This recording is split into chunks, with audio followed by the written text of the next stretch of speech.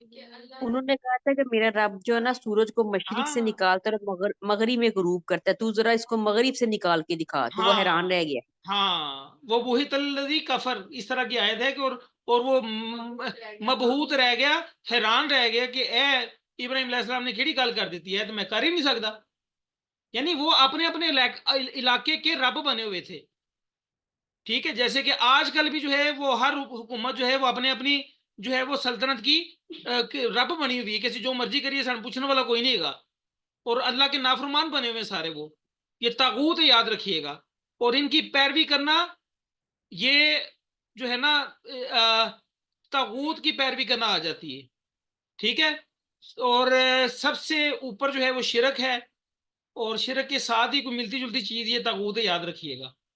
اب میں اس کا تھوڑا سا میں کسی عالم سے ڈیبیٹ بھی کر لوں گا کہ شرک بڑا گناہ ہے کہ طاغوت دی پیروی کرنا بڑا گناہ ہے۔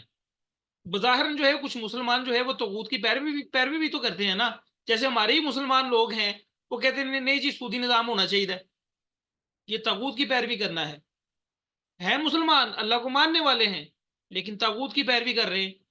یہ کسی انشاءاللہ جو ہے وہ کسی عالم سے کسی دوست سے میں انشاءاللہ یہ اس پر ڈیبیٹ کر کے اس پر پھر انشاءاللہ بات کریں گے، تو آگے چلتے ہیں۔ تو یعنی یہ وہ لوگ ہیں، اللہ تعالیٰ فرما رہے ہیں کہ تم سے پہلے یہ لوگ گزرے، ان پر غضب ہوا، ہم نے ان کو بندر بنا دیا، سور بنا دیا، اور یہ طاغوت کی بندگی کرنے والے تھے۔ مائک ذرا میوٹ کر دیں، کس کا مائک کھلا ہوا سر ہے؟ سر ویسے نا سب سے بڑا گناہ تو شرک ہی ہے، کیونکہ اللہ باقی سارے گناہوں کو نا معاف کر دینے والا ہے۔ ویسے آپ پوچھ لیں، ویسے تو ہم نے یہی ویسے جی وہ ہے۔ آپ ہی باجی نبیلہ، طاغوت کی بندگی یہ بھی اللہ کے ساتھ شرک ہے، یاد رکھیے گا۔ طاغوت کی بندگی کرنا، اللہ کی بندگی چھوڑ کے طاغوت کی بندگی کرنا، یعنی اللہ کا بندہ بننے کی بجائے طاغوت کا بندہ بن جائے، تو یہ بھی تو شرک ہوا نا۔ جی سر۔ ہاں، تو اس حوالے سے میں کہہ رہا تھا، تو یہ اللہ تعالیٰ نے ان کو تھوڑا سا انسان کا تقوت نہیں ہے۔ اللہ تعالیٰ نے تھوڑا سا ان کو چانن کروایا ہے، یہودیوں اور عیسائیوں کو، جو مدینے کے یہودی عیسائی تھے، مکے کے یہودی عیسائی تھے، ان کو تھوڑا سا اللہ نے چانن کروایا ہے کہ بھائی تمہارے بڑے یہ تھے۔ اولئک یہی لوگ ہیں، شر بدتر ہیں مکانن ٹھکانے کے لحاظ سے، و اضل اور گمراہ کن ہیں، بھٹکے ہوئے ہیں، ان سواء السبیل سیدھے راستے سے۔ یہ لوگ ٹھکانے کے لحاظ سے بدتر ہیں اور سیدھے راستے سے بھٹکے ہوئے ہیں۔ ٹھیک ہے جی، یہ تو کلیئر ہے نا کہ یہ بدتر ٹھکانے کے لحاظ سے ہیں اور سیدھے راستے سے بھٹکے ہوئے ہیں لوگ۔ آگے چلتے ہیں، آگے کیا ہے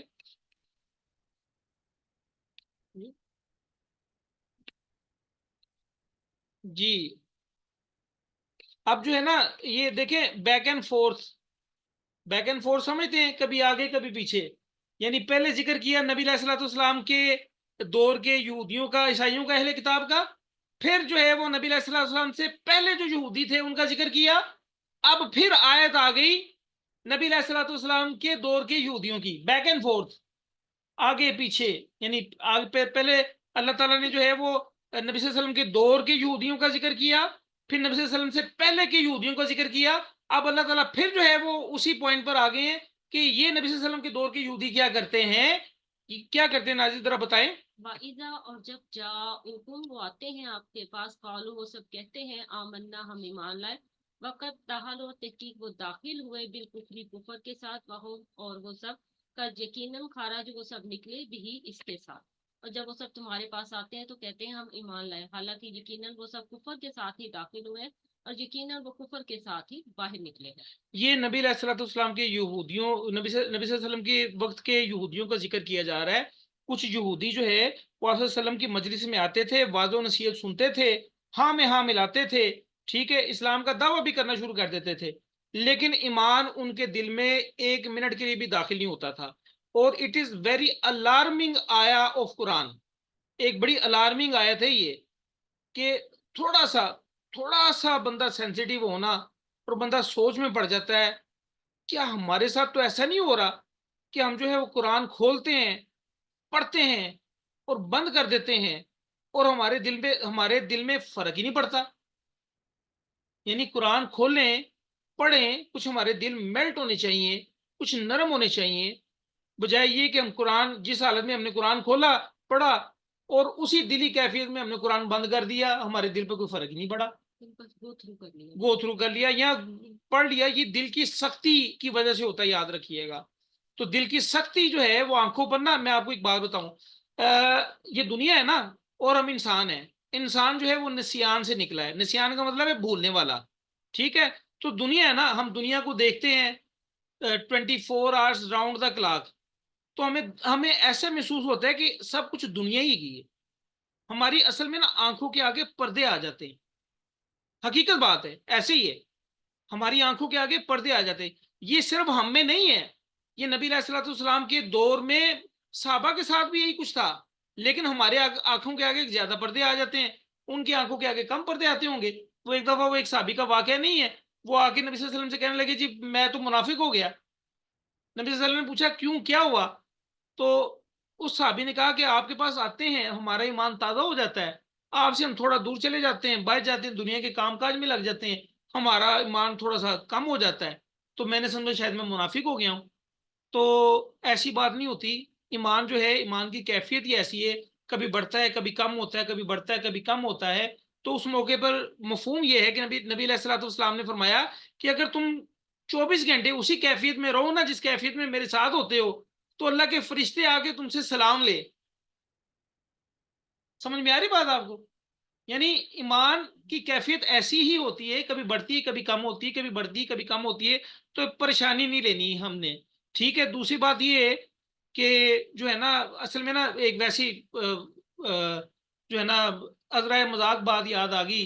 میری الیکشن ڈیوٹی میں نا یہ کمپین میں یہ ڈیوٹی لگی ہوئی ہے. تو میرے ایک دوست صبح مجھے ملنے آئے، اسامہ صاحب. تو مجھے پتا ان کا نام اسامہ ہے. تو میں نے ان کو کہا، اسامہ کہنے کی بجائے میں نے ان کو کہا طاہر گھبرانا نہیں ہے.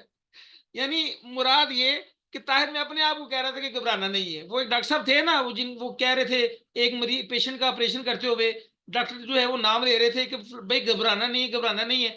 پیشنٹ کہنے لگا جی میرا نام تو ہے نہیں گا. ڈاکٹر کہنا میرا نام آئے گا، میں اپنے آپ کو کہنا پہ.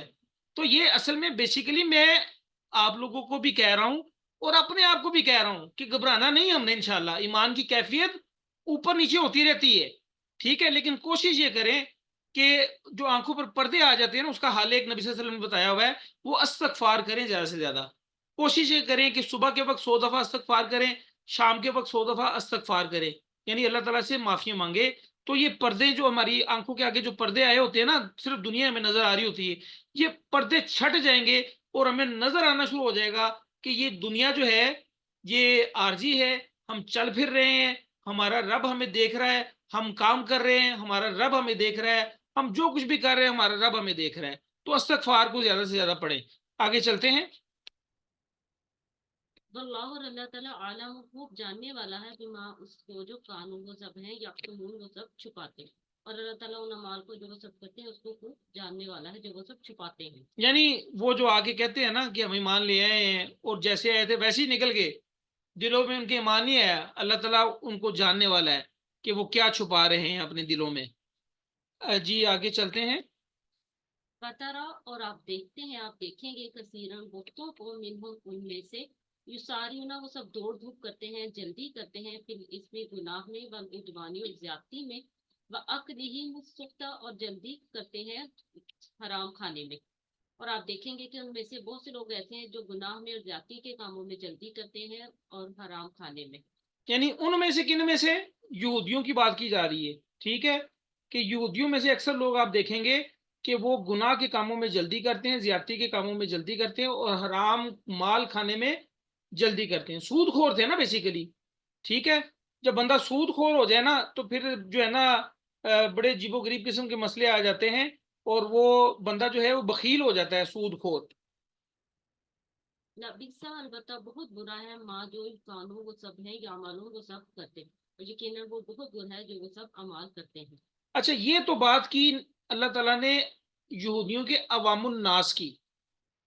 دیکھیں کیا بات کی انہوں نے، اللہ تعالیٰ نے یہاں پر عوام الناس کی بات کی یہودیوں کی، کہ ان میں سے اکثر ایسے ہیں جو گناہ کے کاموں میں اور زیادتی میں جلدی کرتے ہیں اور حرام کھانے میں جلدی کرتے ہیں.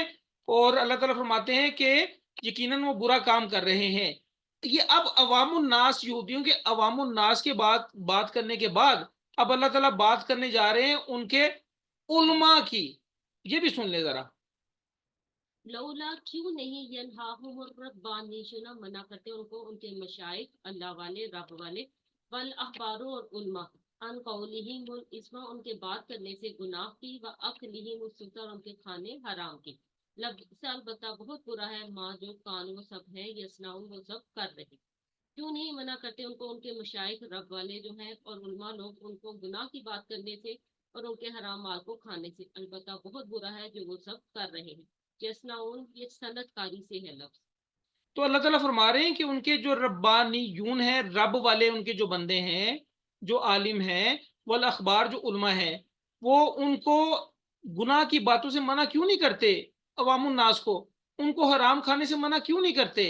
اور البتہ وہ برا کام کر رہے ہیں. اچھا یہاں پر نا یہ ایک میں آپ کو ویسے بتا دوں، یہ باقی ہم انشاءاللہ کل کنٹینیو کریں گے. تو والاخبار جو ہے نا، اخبار جو ہے نا بیسیکلی سیاہی کو بولتے ہیں. خبر نہیں، یہ اخبار جو ہے نا یہ بیسیکلی سیاہی کو بولتے ہیں عربی میں.